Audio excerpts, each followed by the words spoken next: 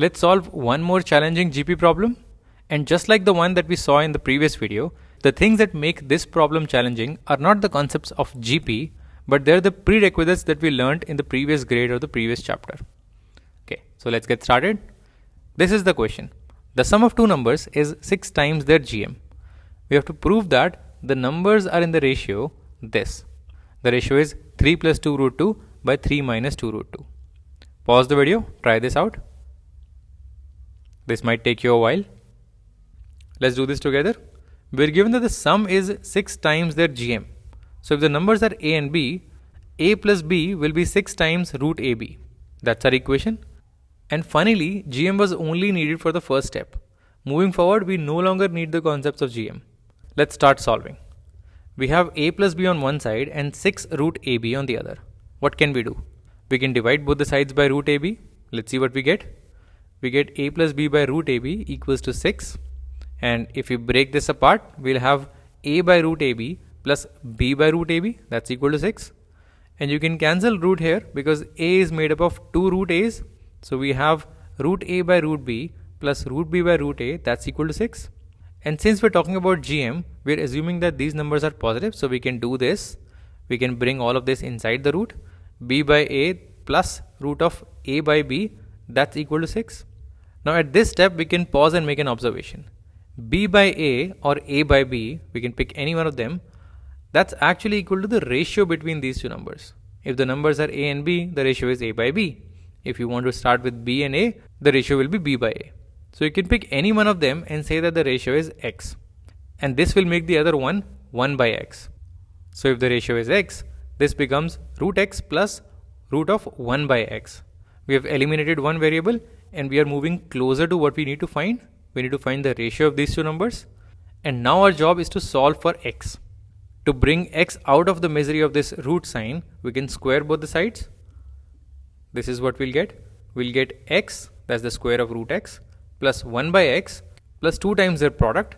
And their product actually becomes 1 because these two cancel out. So X plus 1 by X plus 2, that's equal to 36.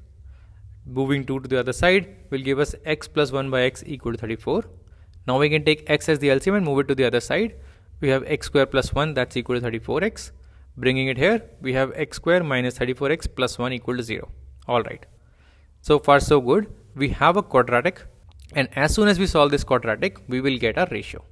So let's try solving this quadratic. Because nothing jumps to mind, we'll use the discriminant formula. So the D here will be B square minus 4AC, that's minus 34 square, minus 4, 1, 1. That's 34 square minus 4, that's 1152. Okay, root of D will be square root of 1152, that's 24 root 2. Okay, now we can plug this back and figure out the value of X. That's actually minus B plus minus root D by 2A.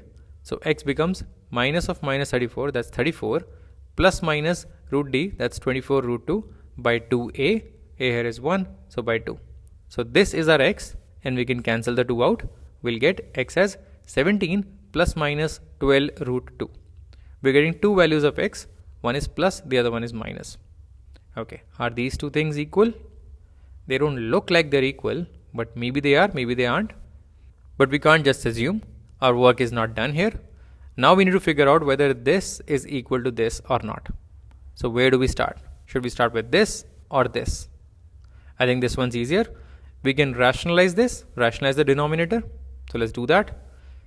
3 plus 2 root 2 by 3 minus 2 root 2 multiplying with 3 plus root 2 by 3 plus root 2 because this is just 1 will help us rationalize the denominator. So now let's multiply in the numerator and denominator. The denominator will become a square minus b square. That's 3 square minus 2 root 2 square. 2 root 2 is square is 8. So 9 minus 8 is 1. So the denominator will be 1 and the numerator will be 3 plus 2 root 2 times 3 plus 2 root 2. So a plus b whole square. That's 3 square, that's 9, plus 2 root 2 square, that's 8, plus 2ab, that's 2 times 3, 6 times 2, 12, 12 root 2. So this is what we have. 9 plus 8 plus 12 root 2 divided by 9 minus 8. Let's simplify this. This becomes 17 and I'm happy about it. 17 plus 12 root 2 by 1. Okay.